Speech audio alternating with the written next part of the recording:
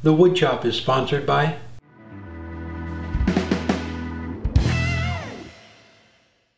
Welcome back. Well, I made 3 of the salt shaker pepper grinder kits and they all went together nice. I didn't have any issues with them. Everything worked perfectly. The bottom part of it, the pepper grinder part, it basically the same way as all the other pepper grinders work, except for when you get into this, that's where that cool little locking mechanism locks it together so you can have a salt shaker on the top. But it's a slick idea George came up with, so very cool. And again, I'll put a link down below to where you can buy them, the kits.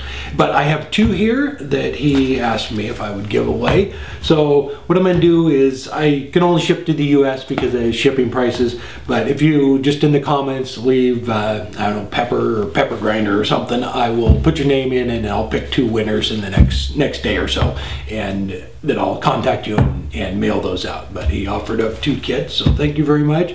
The one I turned in the video, I was planning on doing this segmented one, and it just didn't work out.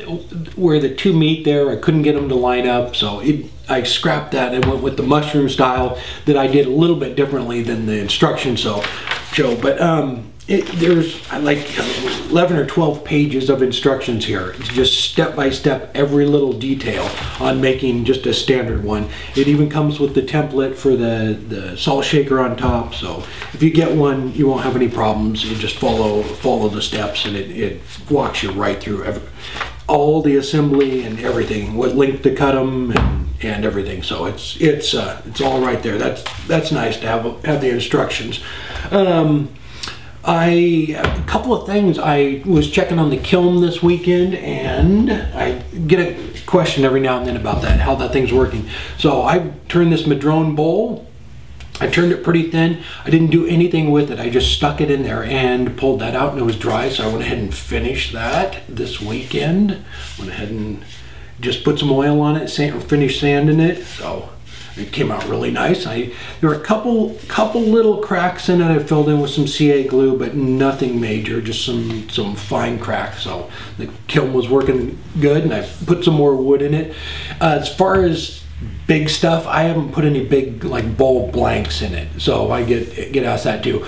I have a lot of thin wood for pin blanks and stuff like that, just little stuff, and then I tried just putting a green turned bowl in there and it actually works, so I was happy with that. And this one here, I was checking this too to make sure that this one was okay. And I did this one a few weeks ago and I don't have any cracks yet and it's pretty dry. It's probably got a couple more weeks, but it's doing good.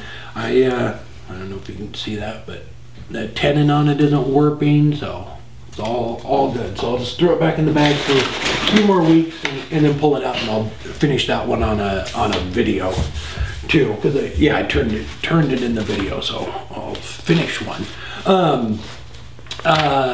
Demo. I did the club demo for Bob's club, Bob at RJB Woodturners, and everything went great, except there was a couple little issues with I couldn't really hear everybody and they couldn't hear me. So this weekend we got online and we figured it all out. So I have a separate microphone to do them, and I'm wearing headphones too, so it works out perfectly. We got all the bugs worked out, and it's just a neat idea that Bob came up with. So if you are in a club and want to have a demonstrator that doesn't live in your area come in, this is a great way to do it.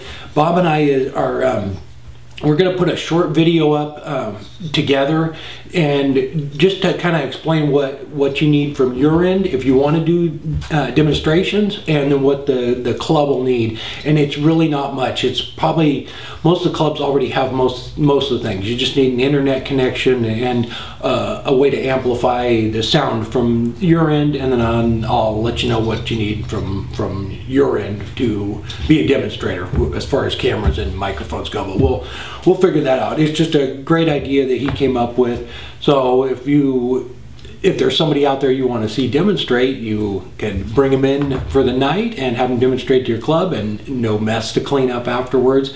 So Bob and I will work that out and probably get something out in a week or so on how to do it.